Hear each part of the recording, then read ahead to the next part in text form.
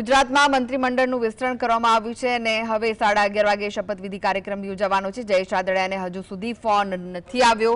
જયેશ રાદડિયાનું નામ પણ આ સંભવિતોમાં સામે આવી રહ્યું હતું। જયેશ રાદડિયાને મંત્રીમંડળમાં સમાવેશની સંભાવના હતી, પરંતુ તેમને હજુ સુધી ફોન નથી આવ્યો તેવા સમાચાર મળી રહ્યા છે। નવા મંત્રીમંડળમાં જયેશ રાદડિયાની જોરશોરથી ચર્ચા ચાલી રહી હતી, પરંતુ જે સમાચાર સામે આવી રહ્યા છે કે હજુ સુધી તેમને ફોન નથી આવ્યો। 11:30 વાગે તો શપથ ગ્રહણ કાર્યક્રમ શરૂ થઈ જશે, પરંતુ જયેશ રાદડિયાને ફોન નથી આવ્યો। નવા મંત્રીમંડળમાં તેમના સમાવેશની જે સંભાવનાઓ હતી તેના પર હજુ પણ પ્રશ્નાર્થ છે। તેમના નામની ચર્ચા જોરશોરથી ચાલી હતી, પરંતુ હજુ સુધી તેમને ફોન નથી આવ્યો તેવા સમાચાર સામે આવી રહ્યા છે।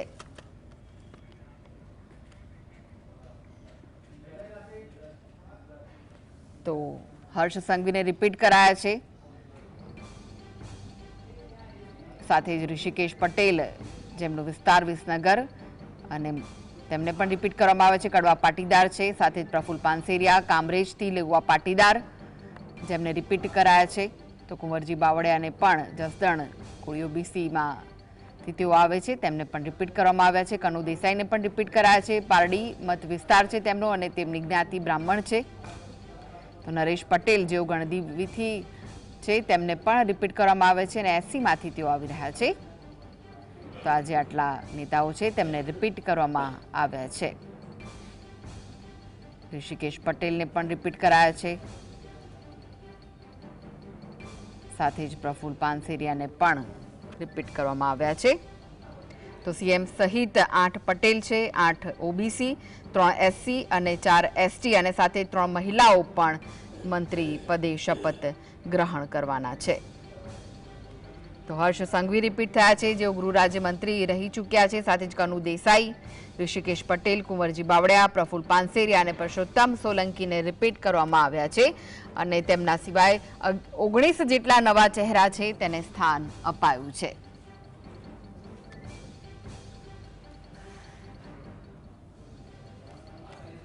તો ગુજરાતના નવા મંત્રીમંડળનું લિસ્ટ સામે આવી ગયું છે। સીએમ સહિત 26 નામોની યાદી સામે આવી છે અને તમામે તમામ 11:30 કલાકે શપથ ગ્રહણ કરશે। રાજ્યપાલ આચાર્ય દેવવ્રત તમામ મંત્રીઓને શપથ ગ્રહણ કરાવશે।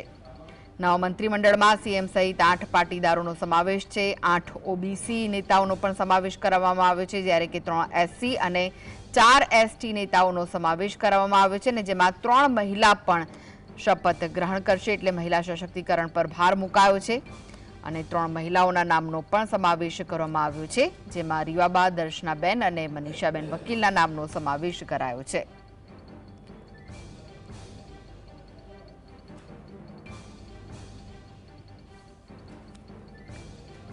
તો જે રિપીટ કરાયા છે તેમના નામ પર આપણે ફરી એક વખત નજર કરી લઈએ તો હર્ષ સંઘવી જેમને રિપીટ કરાયા છે, ગૃહ રાજ્યમંત્રી રહી ચૂક્યા છે, મજૂરા સીટ તેમણે જીતી હતી। કનુ દેસાઈ જેઓ નાણામંત્રી તરીકે ફરજ બજાવતા હતા અને પારડીથી તેઓ જીત્યા હતા। ઋષિકેશ પટેલ આરોગ્ય મંત્રી તરીકે તેમણે પદભાર સંભાળ્યો હતો અને વિસનગરથી તેઓ જીત્યા હતા। કુંવરજી બાવળિયા પાણી પુરવઠા મંત્રી રહી ચૂક્યા છે અને જસદણથી તેમણે જીત મેળવી હતી। પ્રફુલ પાનસેરિયા શિક્ષણ રાજ્યમંત્રી રહી ચૂક્યા છે અને કામરેજથી તેમણે જીત્યા હતા અને પરસોત્તમ સોલંકી મત્સ્ય ઉદ્યોગ મંત્રી ભાવનગર ગ્રામ્યથી જીત્યા હતા। જયેશ રાદડિયાને મંત્રીમંડળમાં સ્થાન નથી મળ્યું, જે મહત્વના સમાચાર। મંત્રીમંડળના લિસ્ટમાં રાદડિયાનું નામ કપાયું છે, તેમના નામને લઈને જોરશોરથી ચર્ચા ચાલી રહી હતી, પરંતુ હવે તેમનું નામ નથી।